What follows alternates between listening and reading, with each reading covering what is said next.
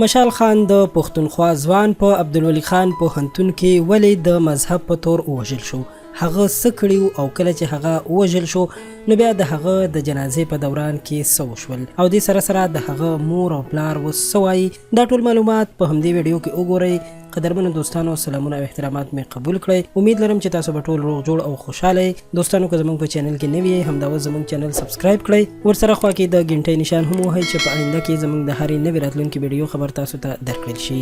قدرمنو دوستانو، مشال خان د پښتونخوا په عبدالولي خان پوهنتون کې سبق ویلو چې هغه دغه پوهنتون څخه طالب علمانو د مذهب د سپکاوي په تور ووژلو. د هغه د مرګ نه وروسته په ټولنیزو رسنیو باندې ډیر داسې اکاونټونه یعنی فیسبوک آیډیانې جوړې شوې وې چې د هغې نه بعد زیاتره وخت د مذهب د سپکاوي داسې پوسټونه کېدل چې خلکو به فکر کوو چې دغه پوسټونه د مشال خان پسې منسوب دي او دغه پوسټونه مشال خان کړي دي. دوستانو، دا معلومه نه ده چې په دغه پوسټ کې څومره حقیقت او رښتیا او آیا مشال خان به رښتیا دغه کارونه کړي وو که نه. خو دوستانو، دا چې په دغه خبرو کې څومره حقیقت او یا دروغ دي او یا به رښتیا مشال خان دغه کارونه کړي وي او که نه، د دې په اړه باندې موږ اوس فلحال هیڅ هم نشو ویلی، ځکه چې یو انسان څه په خپلو سترګو لیدلی نه وي او یا یې اورېدلی نه وي نو هیڅکله هم د چا د شهادت یا د هغه د مردارېدو په اړه باندې فیصله نشي کولی، ځکه چې دا ټول اختیار الله پاک سره دی. خو دوستانو، اوس په دې اړه باندې خبره کوو چې کله هغه مړ شو او د هغه مړی د هغه کلي ته ورسول شو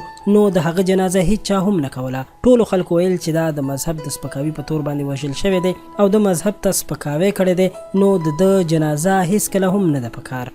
خلکو د دنه نفرت کولو او ډیرو خلکو فکر کولو چې دا مردار دی. نو دوستانو، په دې دوران کې د پښتونخوا یو بل سیاسي فعال چې شیرینیار یوسفزی نومیږي هغه په خپله لاړو او د جنازې تابعه یې ونیوله. په دغه دوران کې لیدل کېده چې هغه ټوپک هم اچولی و، ځکه چې فکر یې کوو چې ماته څوک تکلیف ونه رسوي. شیرینیار یوسفزی چې د عوامي نیشنل پارټۍ یو سرګرم رکن دی او کارکون دی، هغه ځان سره خپل ملګري یو ځای کړل او د مشال خان د جنازې تابعه یې ونیوله. د هغې نه وروسته بیا د مشال خان جنازه وشوله او نن سبا هم د مشال خان په قبر باندې اکثر وخت پیره ورکول کیږي، ځکه چې دا فکر کیږي چې هسې نه څوک د مشال خان مړی د قبر نه ونه باسي.